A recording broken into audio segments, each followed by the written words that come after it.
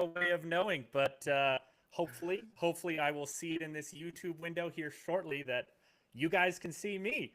So glad you are here. We are so excited to actually get to interact with you guys for the first time over a nice, cool live stream. 100 viewers, motherfuckers. We have done it. Phil, how are you feeling, my man? I feel good. I didn't think we'd get to 100 this quickly, but you know, I we have a great community, and I think it's awesome that we are able to talk about 40K this much. So yeah, it's great.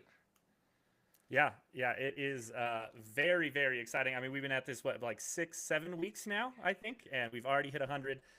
Very, very awesome. Great feedback from the community. We are so excited to keep bringing more great content to y'all. Phil, what do you want to talk about first on the old live stream today? Well, let me just double check.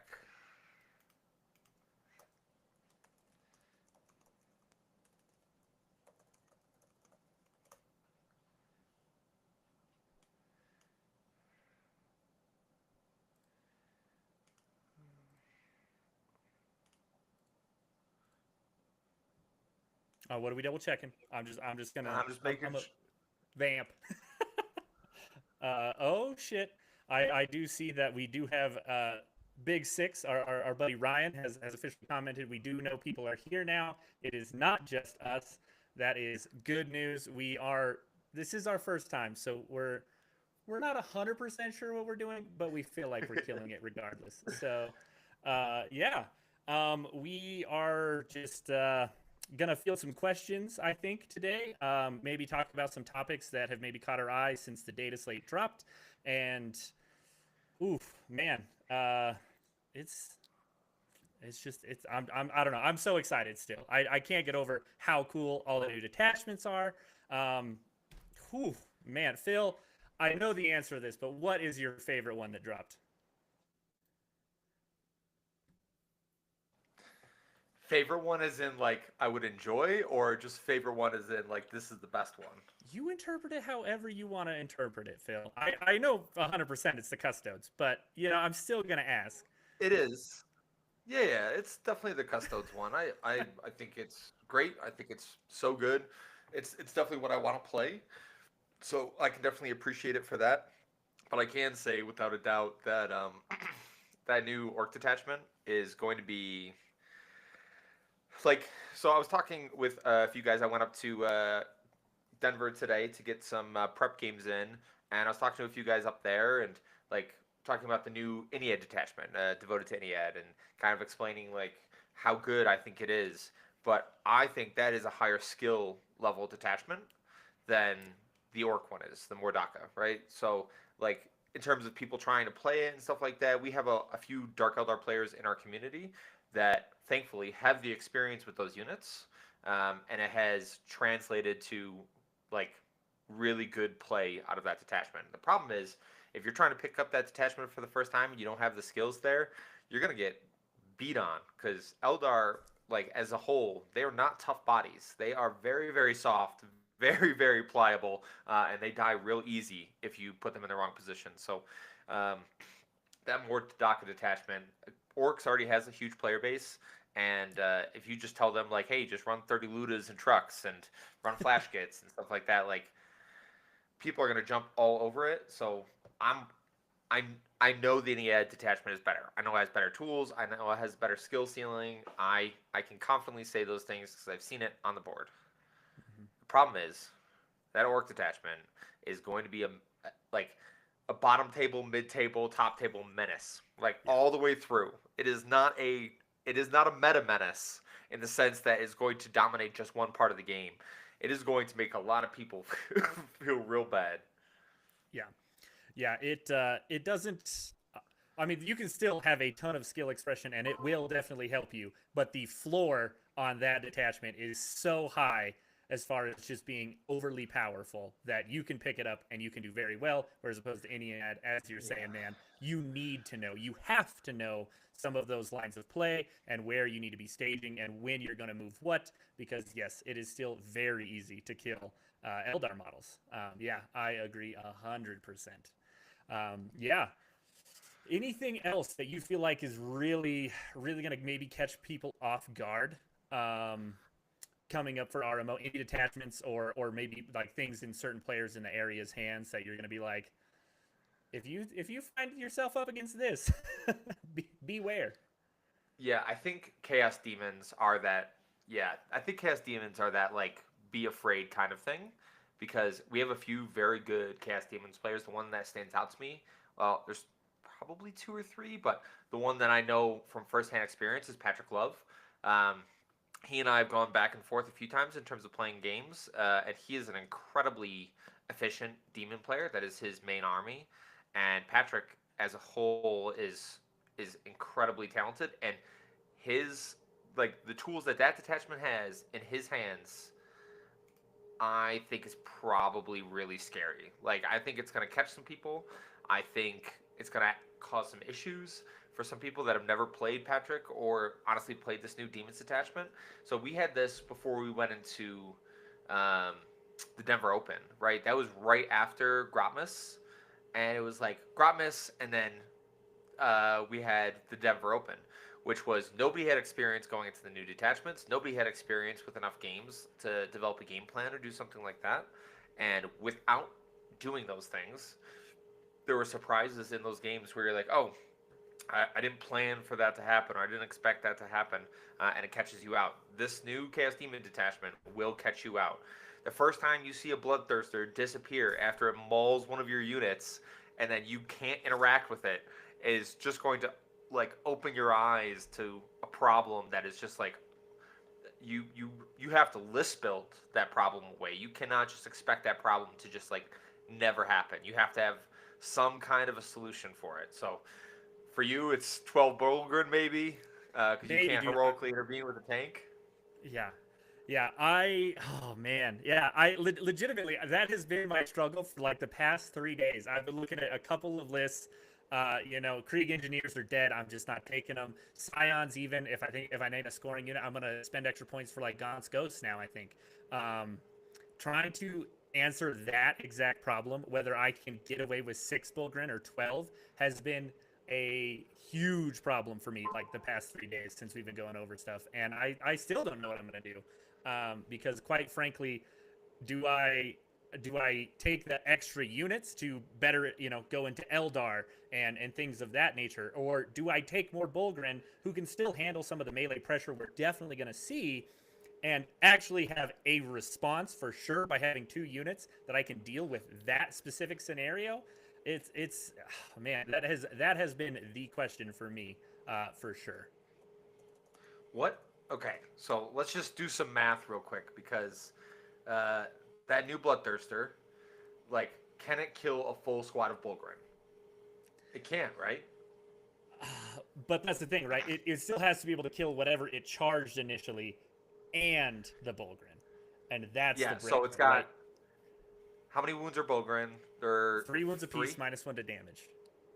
Okay, 4 a pinball. so four pinball. Okay, so he probably does the sweep to ignore the -1 damage because it's got 16 attacks.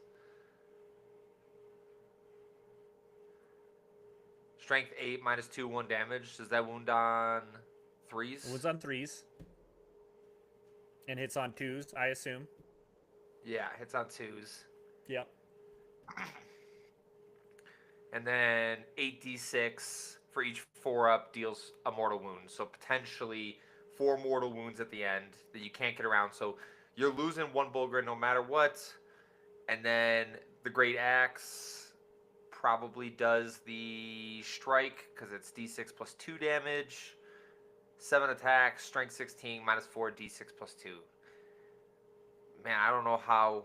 Like, if he charges even into, I would say maybe the only thing that survives is like a Rogel Dorn and then a squad of Bulgrens, maybe. Because if I it's know. just a I have to. Chimera, Yeah, I know. Even with the sweep into a Torox, he's wounding on 4s, right? And he can just split some of those into the Bulgren. Like yeah, it is close. Like but that's the thing, right? I have to just have enough wounds that if he's splitting attacks, the chances he kills both are next to none. That's the goal, right? and that's a lot of fucking attacks. Or hear me out. You could just be happy with the fact that like he just kills that one unit.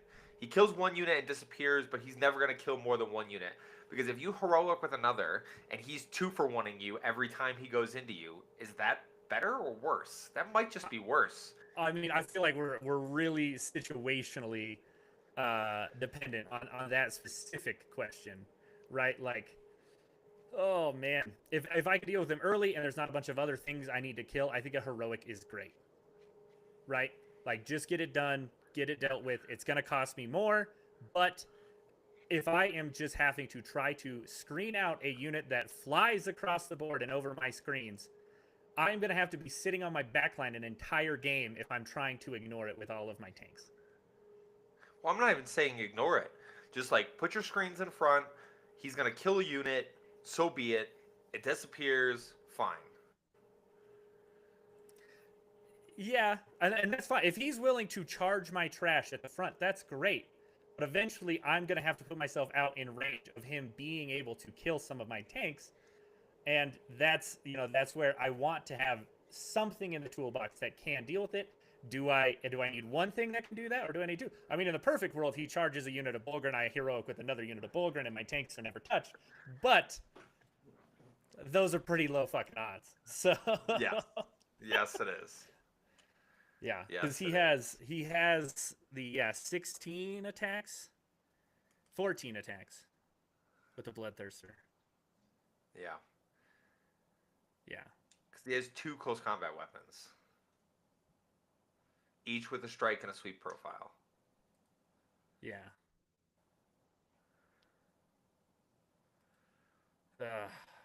Yeah, I don't really like either one too much, but hopefully he just puts that on a Chaos Lord and he just charges his possessed up the board and he can pick them up all he wants. Because that is still scary, but a Bloodthirster to me, in my particular situation, is far worse to deal with. The possessed can't. I mean, I don't know. I feel like it's easier to bog them down, at least, and they don't move as fast. It's easier to keep them screened. They're not flying over my lines off of a rapid ingress, you know? Yeah, I would say. I mean, I don't think you're wrong either way. I think Chosen is just fine. You could put Chosen with that as well.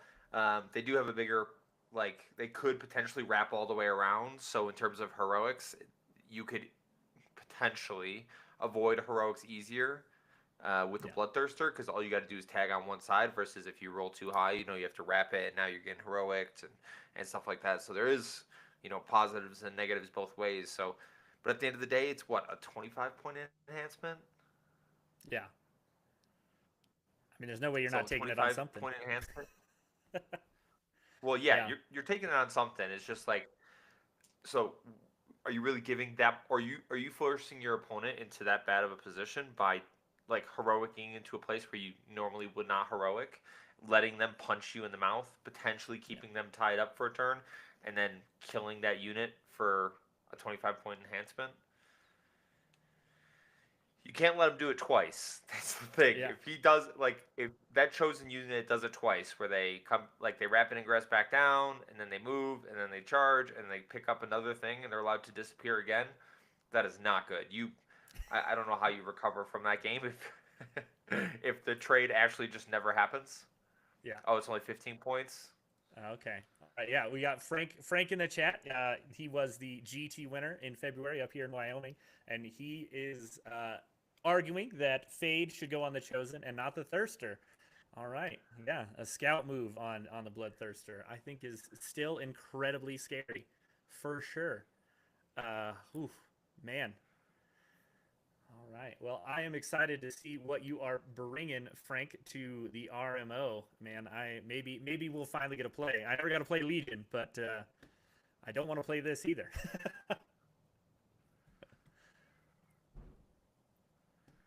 Definitely not. I don't know. That's a topic of discussion. Who would you rather play, New Demons or Legion?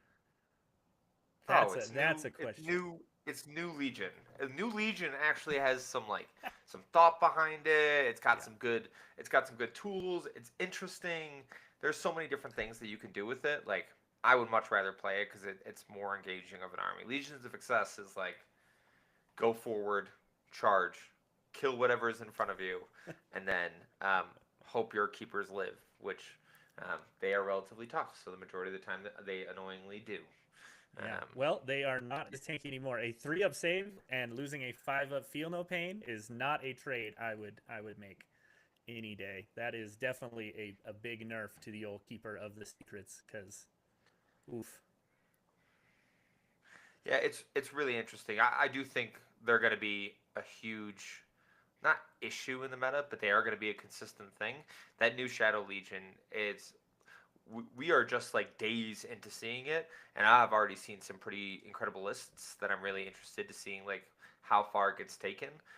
Because I just saw a list. We talked about it before after LVO of just like Nurgle Swarm with like as many max Nurglings as you could take. You played against it at LVO, right? This list, so your Nurglings have -1 to wound pretty much all the time, guaranteed. Yep. Like they're only top 4, so you could have your swarm of Nurglings again that are even tougher now. In a game where you infiltrate them, and then you can make one of them scout. Like you can have, no, you can't. You have no characters I think that can attach to Nurglings, but that would be fun. But you infiltrate all these Nurglings, and you just like mass the board, and your opponent can't do anything, and they have to spend so much picking up Nurglings that a Great Unclean One sitting on an objective just does whatever it wants. Yeah. I don't know. We've actually been theory crafting a list with my buddy Nick on my team, and yeah, it was like Be'lakor, Great Unclean One, 40 Pink Horrors, 36 Nurglings, a couple Beasts of Nurgle, and you just go, all right, try to remove me. It's just gonna feel awful to try to chew through all of that trash, dude. Like, you are, I don't know. I know he would be excited to play it, but it would take a lot of models and Nurglings. Oh man, I don't know. I would like to play into it, not at a GT. That would be great because I think that would be fun. But whew. Frank, I am not bitter about our game. I am very pleased with that game.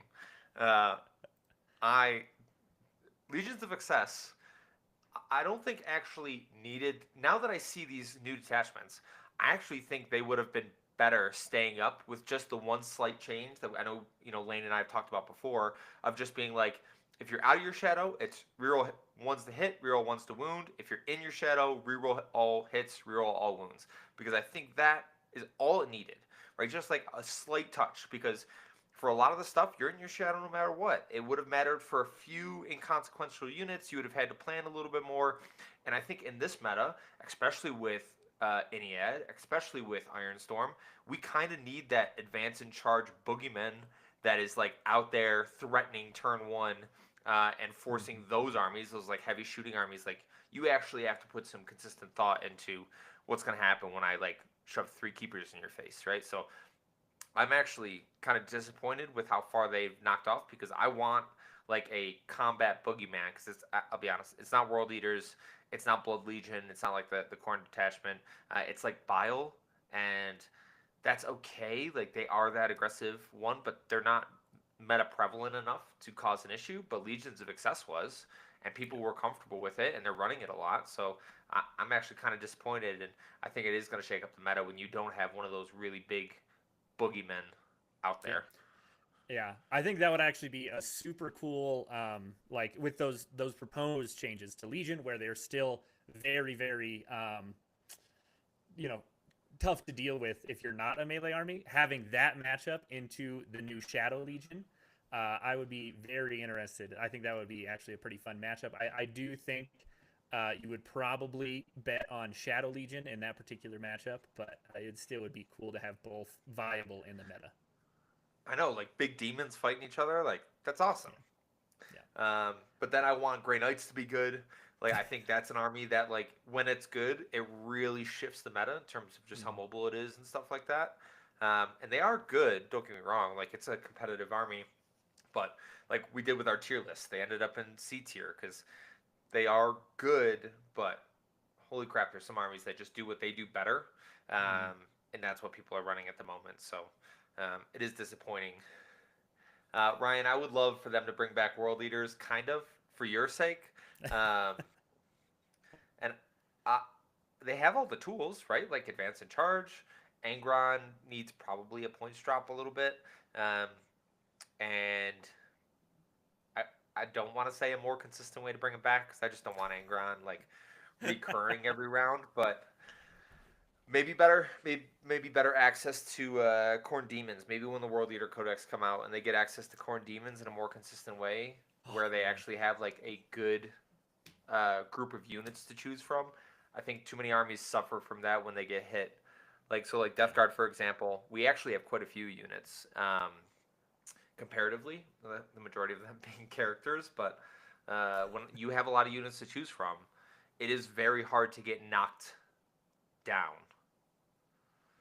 Yeah, yeah. I would agree with that. I think the other nice thing is if they do the 1,000 point demon detachment, we'll call it now. I don't want to see it though. Angron and two bloodthirsters running at you, flying over any screens you try to put down. Sounds like a fucking nightmare to me. But you know, uh, oh, all right. We got some more chats in here. Yes, Frank, I do agree. Yeah, a couple thirsters. It's same principle, right? Who you can't screen them out. They can just jump you. Oof. And then we got Austin here. Talk about the ideal Votan list, please. All right. Let's see here. Ideal Votan right now. I think Oathband is definitely the way to go. It's still the index attachment.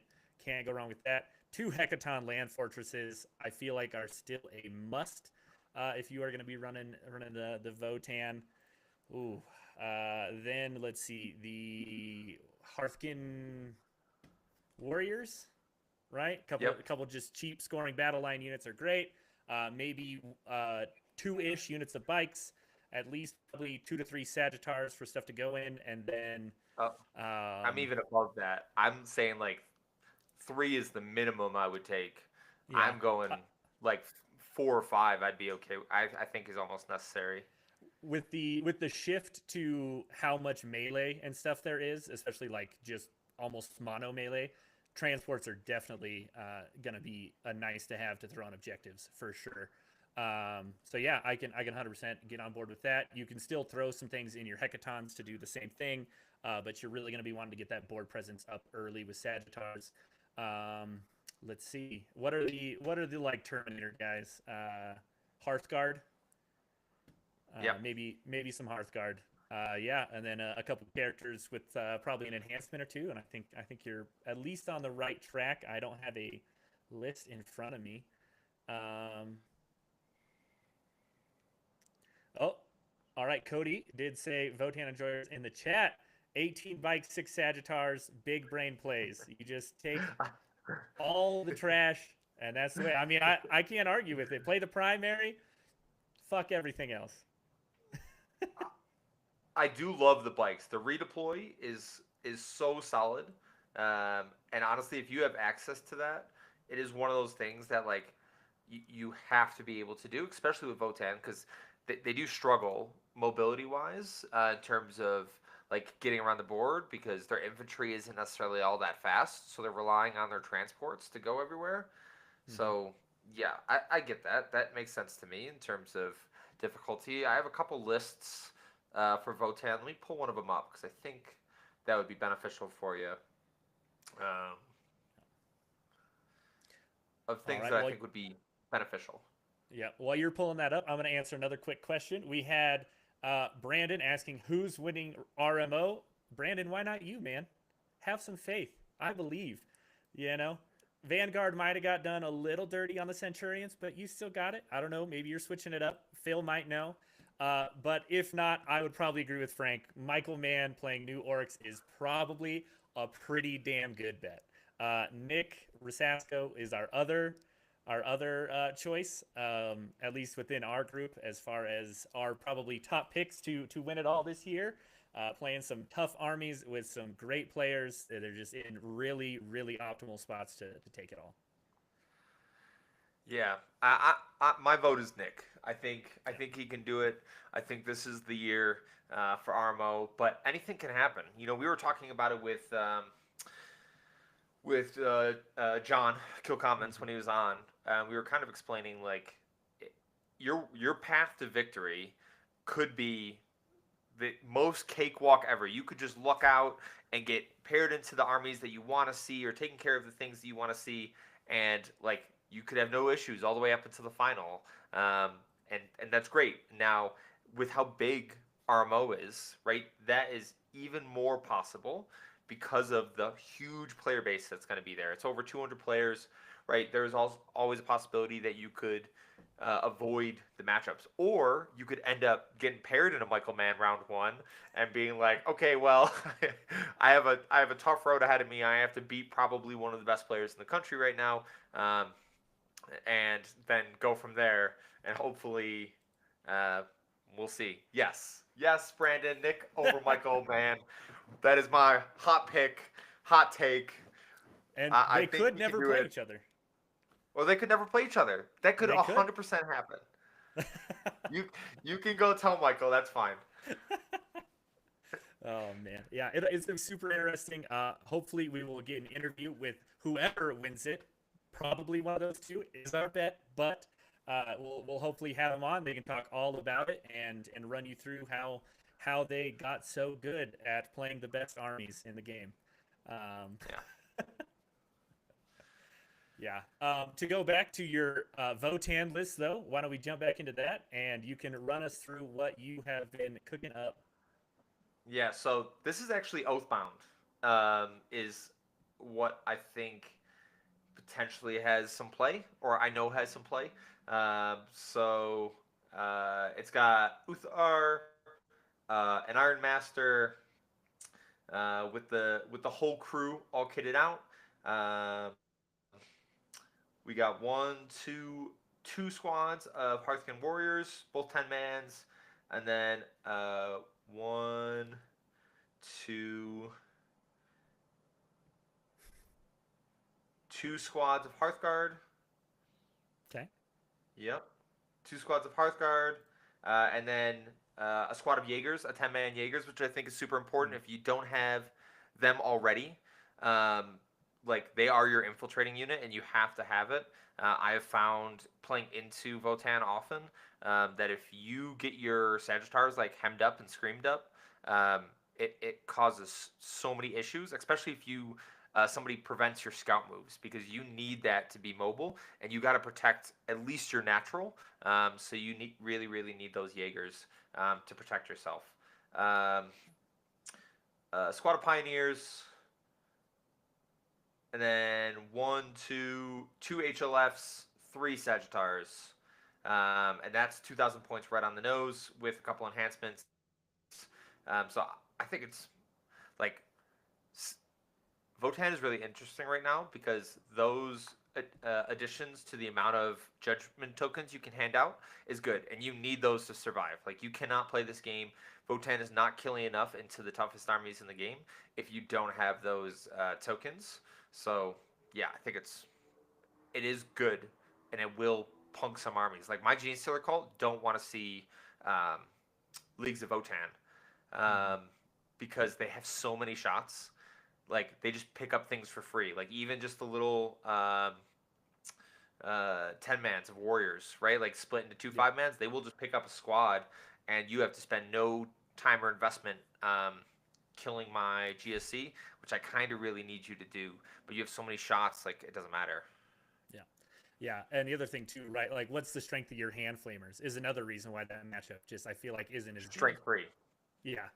Yeah. Into Yep. T5 freaking warriors just running around. Yes, Cody, I should have not forgotten the Jaegers to start with. That is my bad. Oh man. Thankfully Phil is here. He righted the ship. And yeah, we now have a fully brewed up Votan list for anybody who needs it. Yeah. The problem with that is a 10 man Hearthguard pick can do it. The problem is they have to get there. And they are not quick. So you have to, like, you're either rapid ingressing them, which doesn't necessarily feel great, um, but it could be the option that you need to actually get them in combat with something meaningful. Unless you're playing as war leaders, because then they'll just give you Angron, and then you can go kill Angron. Yes, classic world eaters, just always giving Angron away. Am I right? Oh man. All right. Yeah. Let's see. What else did we have on the docket today, Phil? Well, we were going to go over a little bit of the meta right now, Oh yeah. just in terms of stat check and looking at like where we're at currently, because obviously Legions of Excess right now is still at the top of the leaderboard. But I think it's going to be really interesting if we were to remove them completely. Who jumps up there next in terms of like the next winningest army out there? So if you had to take a guess, if I remove Legions of Excess, who do you think is up there next? Oh man. And this is pre-data slate, right? We don't have any of the data from the new detachments or anything like that, still, Correct. right? Oh Correct. man. Um, doing hot? I don't know. I wanna say it's still probably like Space Marines or something, like Ironstorm for some fucking reason. It's just popping off. Just a wild guess, dude. I don't Well, I don't know. well, so if we were to not use player base as the metric in Mm. terms of determining actual value, it's Yep. Imperial Agents with one lunatic Just with run it through with people. an 80% win. Yes, one person has Mm. now played 5 games. They have an 80% win rate, so they went 4-1. Um, and they are carrying Imperial Agents. But the next one up, which I think is something that you and I discussed when we did our meta check, was Imperial Knights. They have Mm. had a string of really good successes that have stood out, and right behind them is Chaos Knights. So it's literally Imperial Knights, then Chaos Knights, and then Eldari is right behind them, kind of in that 57 to 54% win rate, which is Yep. right on the edge of being unhealthy. Like 57% is relatively high, especially for them. Um, but it is quite interesting to think that the two mono skew factions, which when we were talking with John over the meta, our meta standards, right, in terms of Hmm. what armies actually stand a chance, we did have Imperial Knights and Chaos Knights up there quite heavily because of what they're capable of doing. Yeah, I do think after the data slate, even where they're ranked now, being I'm still going to call it second. Credit due to the Imperial Agents player who's holding it down, but the Knights are second in my opinion. Uh, that I think is going to get hurt a lot because of orcs specifically, and a lot of these just a lot more melee focused things that are going to be able to run at them, and I think deal with them pretty effectively as well. I think they're going to suffer from that. Having orcs who can put out now a insane amount of shots and still at least make you take a ton of 4-ups, generally, even if you rotate ion shields and things like that, like they're just going to be cranking out so many shots that I think knights are going to actually get bumped down a fair amount after the update. Yeah. Oh, yep, and we've got We some concurrence in the chat. Nice, awesome, sweet. Lane, it's like you know what you're talking about, you absolute madman. I Like know, dude. We're okay at this game. We we're not we we're we not do all awful. right. We occasionally talk about things that are correct. So no, you're absolutely right. Like Knights has made a resurgence because I would say people are still using Iron Storm, but it's definitely shaded away. The majority of armies are getting closer and closer to that combat focused, short range stuff. And Imperial Knights, they have some great matchups, right? Like with anti fly 2-up, they see Blood Angels across the board, which we already know has a good player base. We know it's got the potential to win. Loves that. I think Imperial Knights is going to be a really interesting matchup in the Shadow Legion, depending on what we're seeing, right? Because if you take Bloodthirsters or you're taking like Be'lakor who has fly and a bunch of these other big demons with wings who have fly, well, they have anti-fly 2-up, and that's going to really suck. They're going to force you to take an obnoxious amount of invul saves, and they're all going to be flat 3 damage, and it's not going to be fun, right? So that is it is I think favors Shadow Legion because they are mobile and they're much more mobile than Knights. But I don't envy the poor demon that gets sacrificed to go out there and die to Imperial Knights. I think that actually brings up a really good question, and I'd like to hear maybe your opinion, obviously, Phil, and then maybe some people in the chat are some Chaos Knights players. But do you think that the Bloodthirsters that we're going to see on the table, and some of the other, a fair amount of like flying transports and other things, is that enough as a Chaos Knights player to shy away from Carnivores and Brigands and start taking some of those dual autocannon?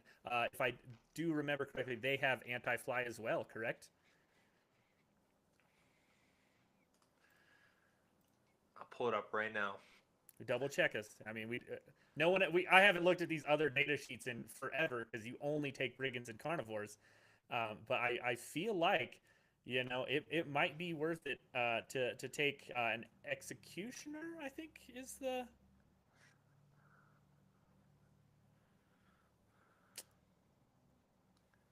No, dual autocannons. They do not have anti-fly. They have the autocannons. They do not. They do not. All right. Yeah. Fuck that shit. You ain't taking it.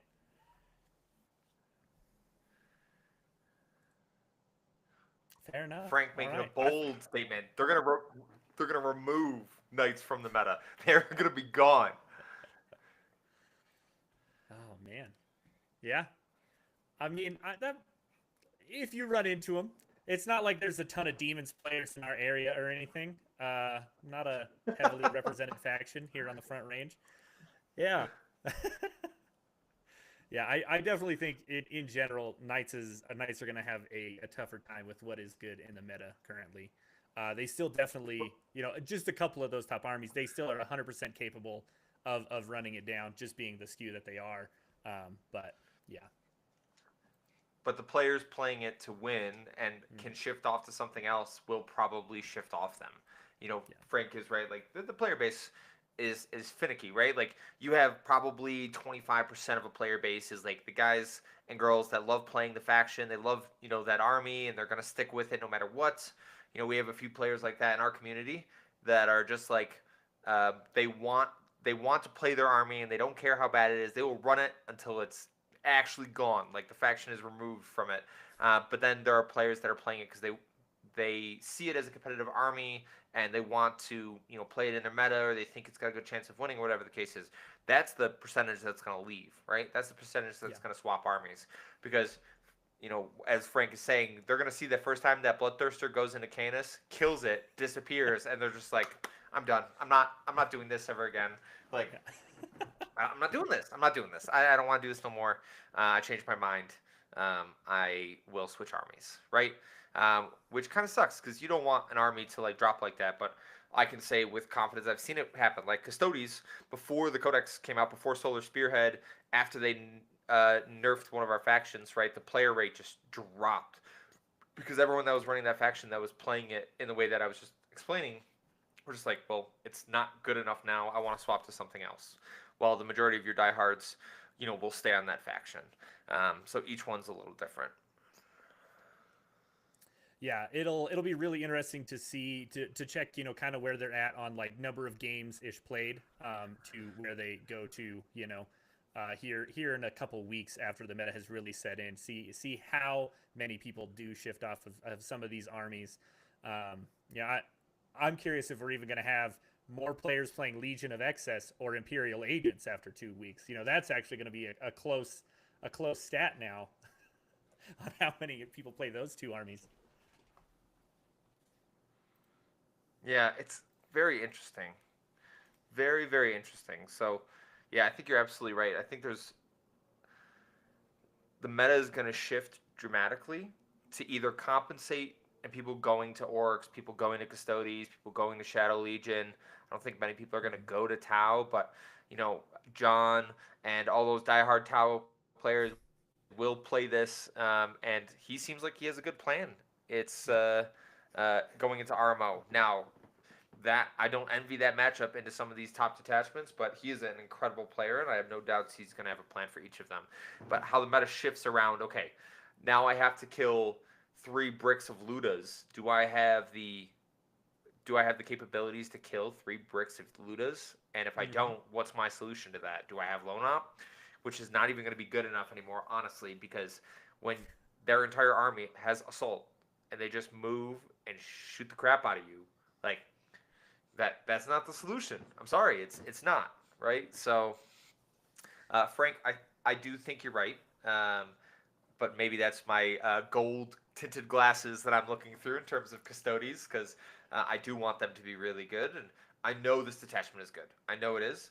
I've already had 3 games with it, and it feels the strongest that I've had Custodes in a while. And I wasn't a huge fan of Solar Spearhead.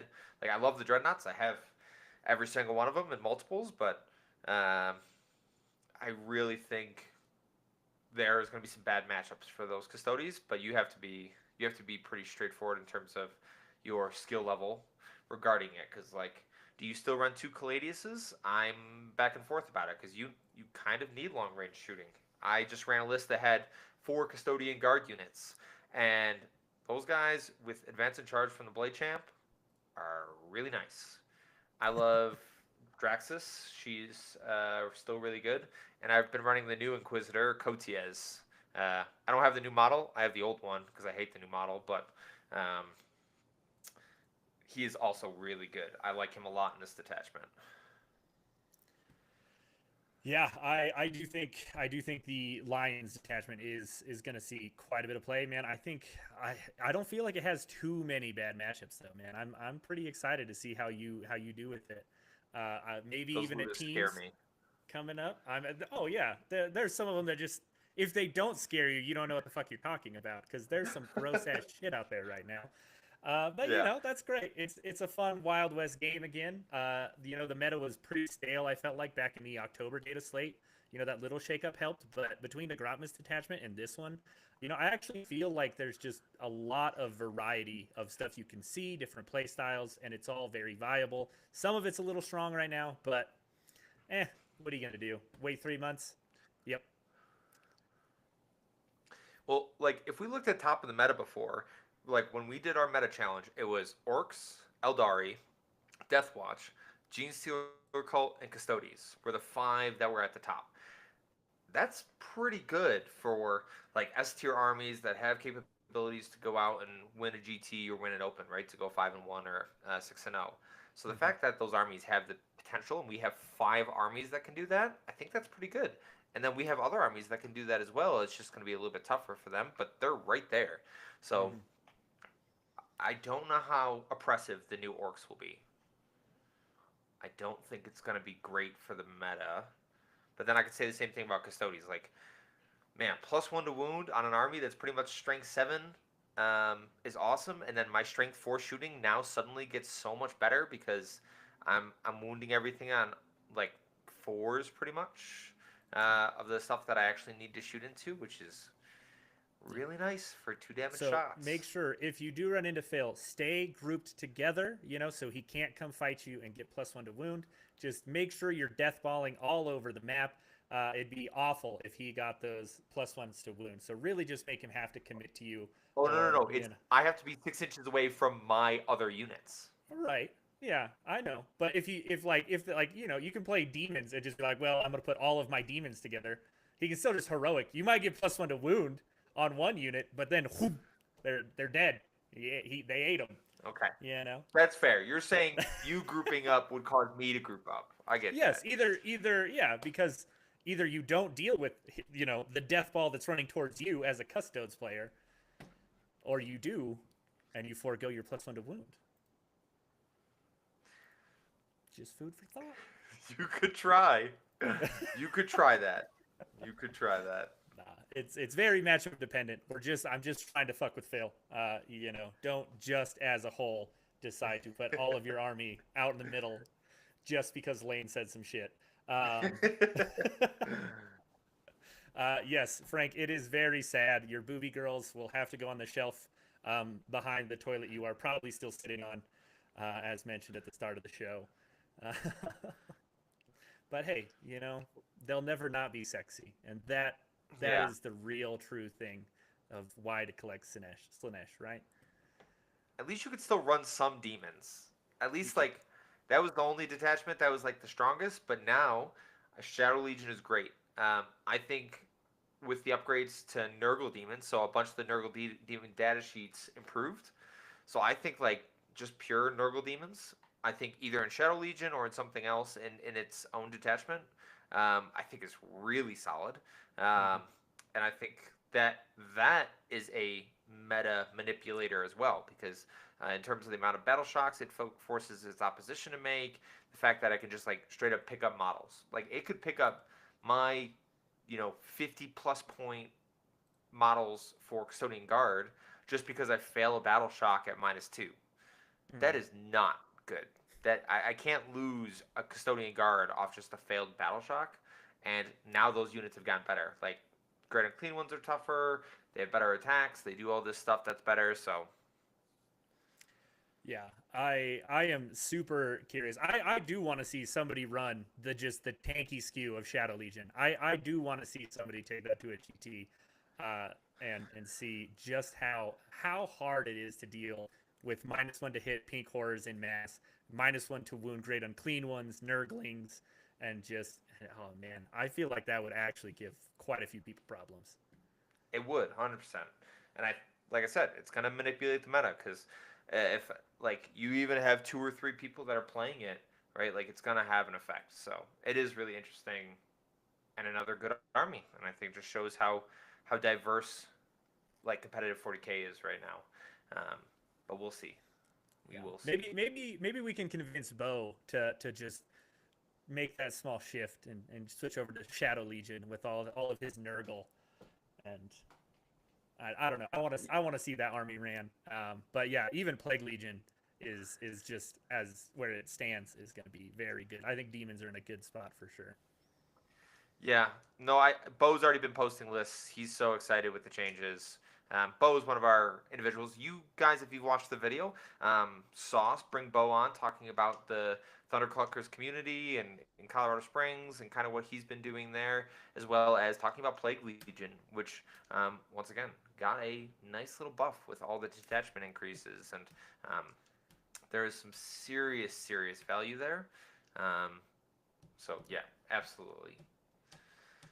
Yeah, he was doing Plague Legion before it was cool, and it is definitely cool now. That's I think we're true. going to see a lot more of it coming up in the meta for sure. Oh All man. right, Lane, you got to tell me what's on the hobby table recently. What have you been working on? Have you had any hobbying time? Have you been able to paint anything or build anything?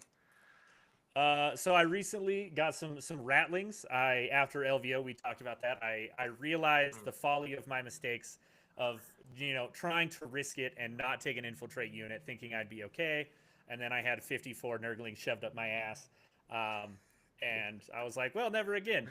So I got those in, making sure I can take up that space.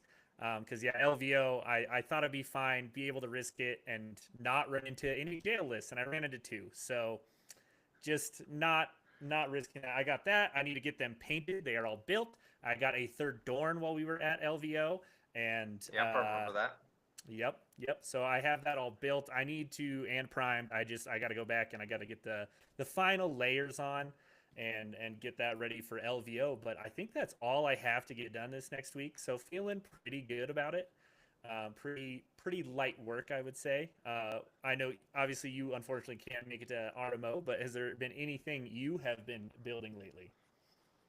Yeah, so I finished up my Death Watch. I magnetized all the missile launchers on all the Death Watch Terminators, which has is something I enjoy doing. Like I try to magnetize best when I can because I think it's one of those things that like Warhammer's expensive, and I try to avoid buying new models if I don't have to. So they've all been magged up; they're ready to go. I'm probably going to take this time to get them based and knock out all my airbrushing on them because they're pretty much lined up, ready to go. I've already did my test scheme for how I'm going to paint them. I have my own custom Space Marine chapter. So we'll go from there, and then yeah, I'm gonna knock them out. I have a few basing things I needed to do for my custodies because I have all my custodies are fully painted. I just have a couple custodian guard that I've built the bases. I've done them all. There's actually one right here. Um, he's done. He's painted. I just gotta do the base. Yeah. So the base is very easy. I can knock it out with an airbrush. But now that I have to run like I'm looking at running like 20 guard custodian guard, I gotta knock them out so they're ready to go. Yeah. Yeah. Oof, man. Not too bad. I think with the addition of Deathwatch, you're up to how many armies now, Phil? Deathwatch, GSC, Custodes, Death Guard, Astra Militarum. 5 armies. 5 armies. Oh, okay. 5 armies. But my Astra Militarum is pure for the meme. I'll show you.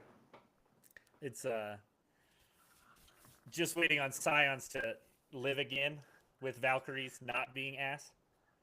Yeah, Oh, okay. so it's pure air cav. I have Valkyries, I have Vendettas, I have all the gunships. I have 5 gunships. Yeah, 5. And so I have 2 Vultures and 3 Vendetta Valkyries that are magged up, ready to go. So, like, it's a pure meme army. I love it. It's so cool. It's like, yeah, I play it just for fun. Yeah. But it all brings me a all lot the of joy. models that old Jimothy Workshop is trying to kill. Yes, Yeah. for sure. Yeah. Any flyers, get them out of here. They'll be dead by 11th edition. No, man, I hope not. We'll see. We'll see.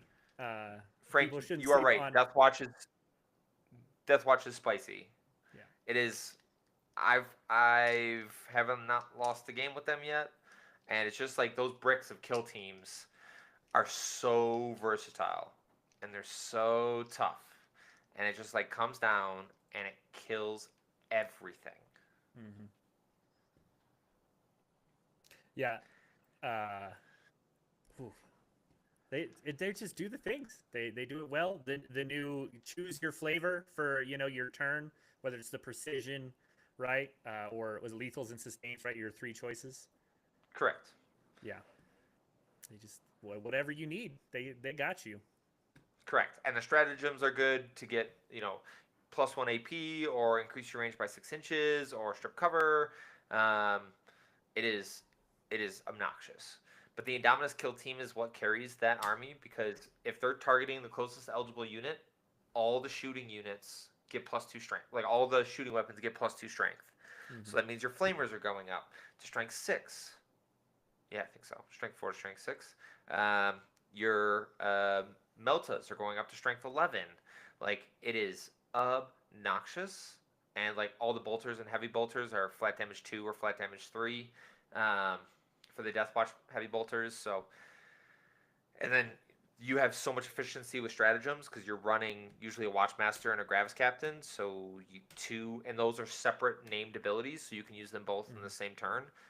So 2 of your strats are free. You're picking up one of those units at the end of the fight phase, your opponent's fight phase. So, holy cow, that is an obnoxious army. But the player base is so small that you may not you may play a whole tournament and not see Deathwatch, or you may never see Deathwatch in your local community until you go to a big tournament, and then you run face first into it and be like, oh, I thought they were just Space Marines.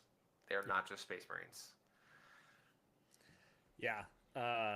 Definitely, yeah. They seem fairly vanilla, and then you get into what all of those kill teams are bringing, and you're like, God damn! Like, there's so much shit in there, man. So many different profiles, and they all slap. Especially like you're saying on the Indominus. If you're close, extra strength, man, they become very, very efficient at killing whatever they are aiming at. Correct. Yeah, awesome. One of the other things we definitely wanted to do is kind of pick your brain as an audience and see what kind of maybe tips videos or maybe breakdowns of detachments, things like that. What are y'all wanting to see? So please throw that in the chat as we are continuing with the remainder of the video, and we'll make sure we start looking into it. Phil, you're not gonna make it to RMO. What are you the most excited about after you get back from your trip? Yeah, so I have 3 tournaments lined up for April. I got one in Colorado Springs. I got one up in Denver, and then I'm gonna be traveling for one as well. So April's kind of going to be a big month in terms of trying to make up in terms of points wise for my missed opportunity at RMO. So I am really looking forward to that. Honestly, I'm really looking forward to some good hobbying. So my airbrush is ready to go when I get back from my trip. We're gonna knock out my Deathwatch, so they're tabletop ready, which is gonna be good. I am looking forward to paint them up because I've done a lot of conversions with them in terms of like skulls and chains and chaos bits. Because my Space Marines have a little bit gone off the rails since they've been hanging out in the middle of nowhere. They've kind of been left to their own devices. So they've made some interesting decisions in their life. The Inquisition would not be happy. So we'll see. We'll see. But I'm excited to paint them up. I'm looking forward to the new detachments, or sort of the new codexes that are going to come out this summer. It feels like they're right around the corner in terms of potentially what we're going to get. And based on the new Emperor's Children codex, yeah, like I want to play into that. And we have a few guys in the community that have been running that. Frank being one of them, and Matt being another, that have really enjoyed, playing that army. So I'm really looking forward to playing into it. So that should be good as well. Yeah, and speaking of which, we are going to have those two fine gentlemen back in from Strat Reserve to do a Codex breakdown with us. That'll be coming this next week as well. So look forward to that. It's going to have everything you need to know about the newest faction in Chaos. It's going to be awesome. Yeah, absolutely. Absolutely. Well, and those models look really cool. Like, I can't wait for the new Fulgrim. Like, that model on the board is going to be really neat. I can't wait to see it painted up and stuff like that, because I know we have a couple incredible painters here in the community as well that are going to paint up Fulgrim, and I think he's going to look really, really cool. Yeah. Not as cool as your Magnus, but yes, cool. What can you do? I don't know. Matt's Fulgrim, I bet, looks pretty damn spicy by the time he gets finished. So we'll have to see. It'll be cool to hopefully, if we can get some stream games going eventually, it'll be cool to have some of these Primarchs all painted up in their glory out on the board for everyone to see. And even if not, we'll make sure we get some pictures of them at just some games between the friends and the boys. So yeah, for sure, absolutely. For those that are in here, I just want to express it again. Maybe you weren't here for the beginning of the stream, but we just want to thank you all for supporting us and watching the videos and stuff like that. The fact that we're already at 100 subscribers is so cool, and we can't wait to carry this further. So Armo is going to be a big weekend for Lane because I won't be here, and he's going to do all the videos and recordings and stuff like that. But I'll still be tuning on while he's doing all that. We'll still have videos that we're going to be pumping up while I'm out of the country for work, but we still have plans, and we are ready to go and looking forward to I would say a really big part of the 40K season, which is going to be one of the first big tournaments with the updates to the data slate. Yeah, it should be great. I can't wait. Armo's going to be a fun time. We're hopefully going to get some good interviews with some great players. And after that, we're going to start prepping ourselves and the rest of y'all for what the whole team's environment looks like, and kind of what that event is going to look like coming up in about 2 months. Yep, end of May. Yeah, end of May. So we'll be grinding that out. We're hopefully going to have some more of our teammates on. We'll have some of those great local painters, as Phil was talking about, to kind of show off some of their work and help give you some tips as well on how to maybe, take it to just that next level.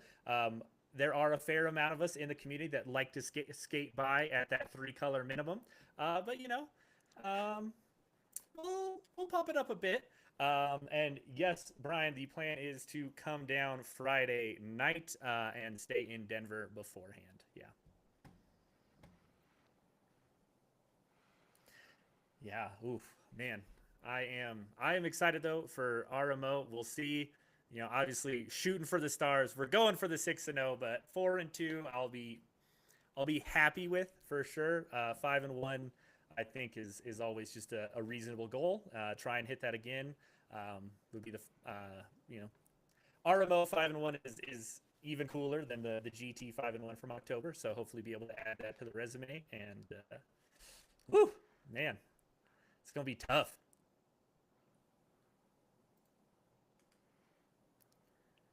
Is that a super chat? I just had a chat fly across my screen. Are we there already? Are we that cool? Or we are not that cool. Okay. So you can show the messages on the stream. Okay. You're just that fucking are with me, outside. Phil. I was just fucking with you. I got you all excited that somebody cares about us enough. I know. Do not give us money. We have not done anything to deserve that yet. We are just talking about 40K. Yeah. It will be okay. Yeah, that is great to know, Brian. I would actually really love to go and talk to Joe and get an interview with him, and that would be great. Get an interview with you. You are planning to judge, if I'm not mistaken, Brian, for RMO. Uh, so, gonna just wait a little bit for the delay. All right, moving on. He'll get back to us. Yeah, hopefully it'd be great to talk to Joe. We'll talk to some of the other um, uh, people who just have booths and stands there, some of the sponsors, things like that. Oh, yep. Yes, you are. You are going to be judging. Hell yes, Brian. As long as your rulings go in my favor, I won't interview you. No, just kidding. I won't force you to come on. No, we'll definitely have to sit down, have some beers. Brian is a great member of the community. He is kind enough to not only judge, but to bring beers while doing so and help get players a little tipsy as they enjoy some 40K. Can't ask for much more than that. That is for sure. Yeah. I am curious, Lane. I would love your prediction on it. What Okay. is going to be the most amount of player, like the largest player base at RMO? So we haven't seen lists drop yet. They haven't been submitted yet. We still got a couple more days before that closes out. But if it's Space Marines, like the Space Marines factions are separate. So Blood Angels is separate, Dark Angels is separate. Okay. What's going to be the most amount of the largest player base, and then what's going to be the smallest player base? Not including Imperial agents, because I think that's a freebie. We can't. I Okay, don't want to that say is a that. freebie, yeah. Right. All right. So the most played, man. I feel like there's. Oh man, I want to say I think it's orcs. I really do. I think there's enough people who just enjoy the faction, and there's still plenty of playstyles besides Mordaka that you're gonna see ran. Like like tactical definitely took a nerf. I still don't think it's a bad way to play. It just is objectively worse than Mordaka if you have those units, right? Um, I don't know. Yeah, I think my money's on orcs. I think there's just quite a few players in the area that play it already, and I know there's some out of staters bringing it.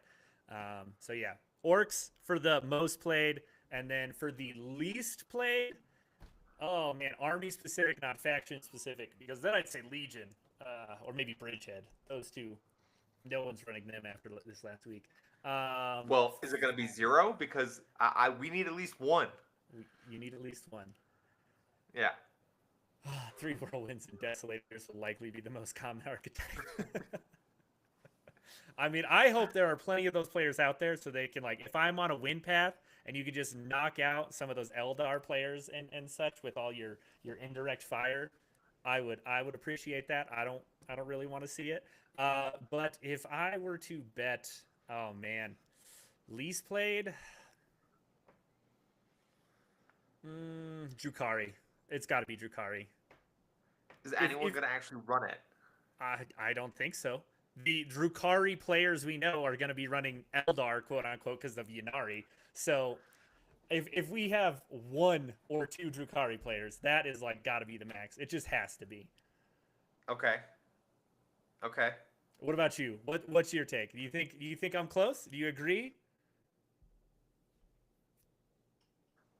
I think you're close. I think, man, like Space Marines feels too easy. It does feel like that's going to be like Ultramarines, right? Like whatever flavor of Marnius, Gilliman, and the boys. I think that's still going to be number one. I still think there's going to be a lot of orc players out there, but I think just generic Space Marines are going to still be up there because it's still really really good.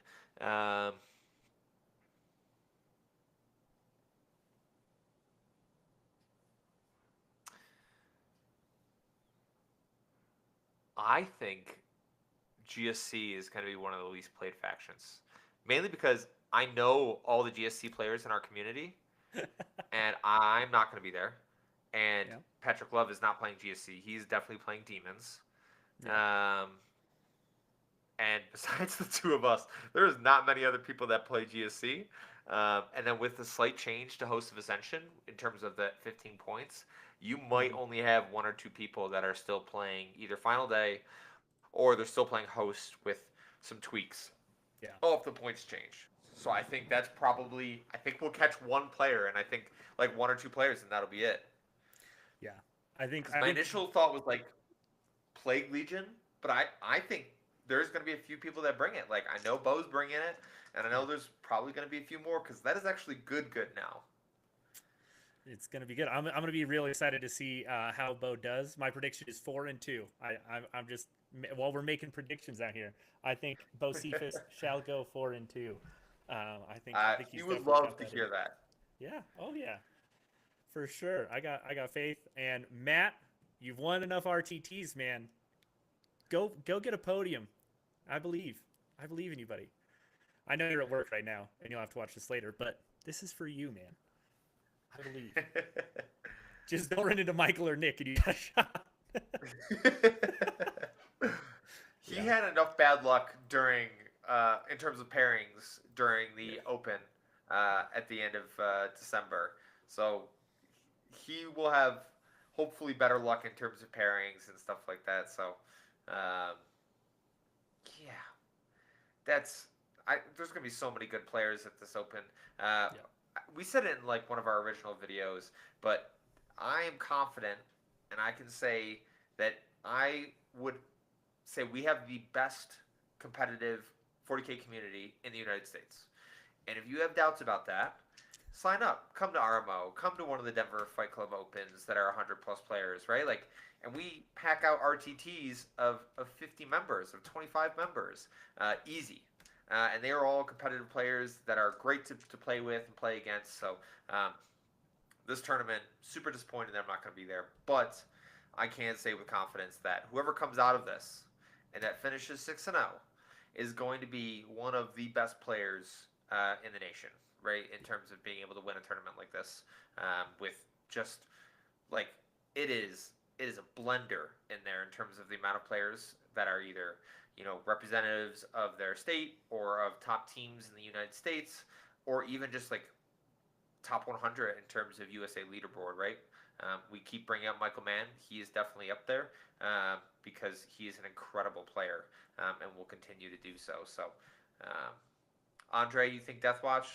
We'll see how many Deathwatch players there are. I think that's going to be an interesting one as well. How many people actually took the time to build, paint, like everything you need to to win with Deathwatch? Yeah. I don't know. I think we're gonna see 2 to 3 Deathwatch players. I think we'll probably end up still seeing them. I think it's at least more likely than Drukari or maybe GSC. Yeah. Oh man. Let's see. What else we got here? All right. No way you can go 6-0. Come on. You got to believe, Ryan. You got to believe. I believe in you. You can do it. Don't dream But it. that's the thing. Do it. Ryan doesn't even want to go 6-0. He wants to win Best Painted because if he wanted to go 6-0, he would rip out 60 Ludas right now and paint them all. But he actually cares more about Best Painted. So don't tell me, Ryan, that you think you stand a chance of not winning. Like if you wanted to, you could, but you want Best Painted, and that's fair because your orcs are incredibly well done. Yeah. Yes, they look fantastic. And, if nothing else, you can go back to back on getting a golden ticket for the best overall.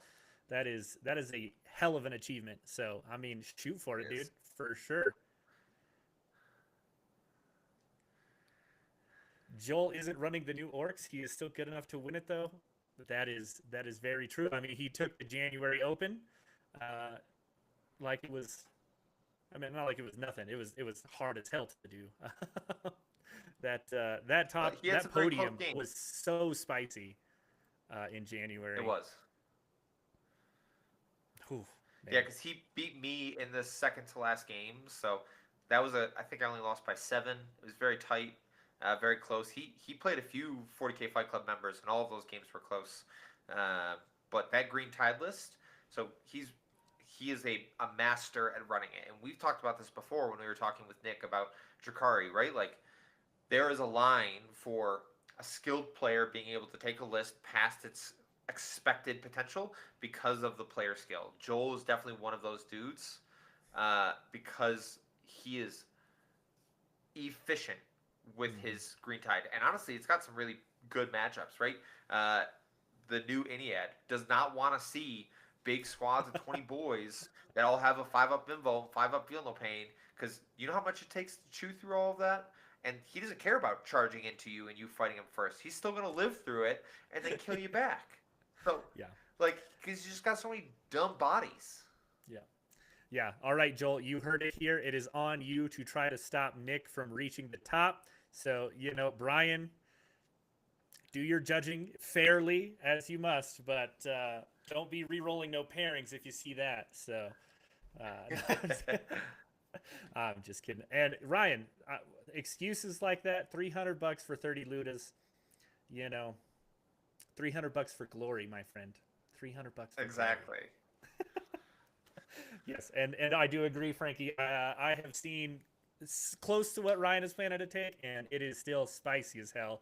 So there are definitely going to be some people who do not enjoy that Wa turn with Warhorde running right at them. That is for sure. Oh, Definitely man. got some tools. Definitely got some tools. Ooh, man, yeah, it's gonna be a blast. I'm super excited. It's always good to just go to these events, and whether you win or lose at the games, there's always just it's not only a very good competitive community, it is a great community in terms of just getting to hang out with friends. Everybody's super friendly, great to talk to, always good to catch up, and have some beers. Thanks to Brian, can't say thank you enough for keeping me half cut through the afternoons. It really does. It's really just a great time. Always happy to come listen 40K. Yeah.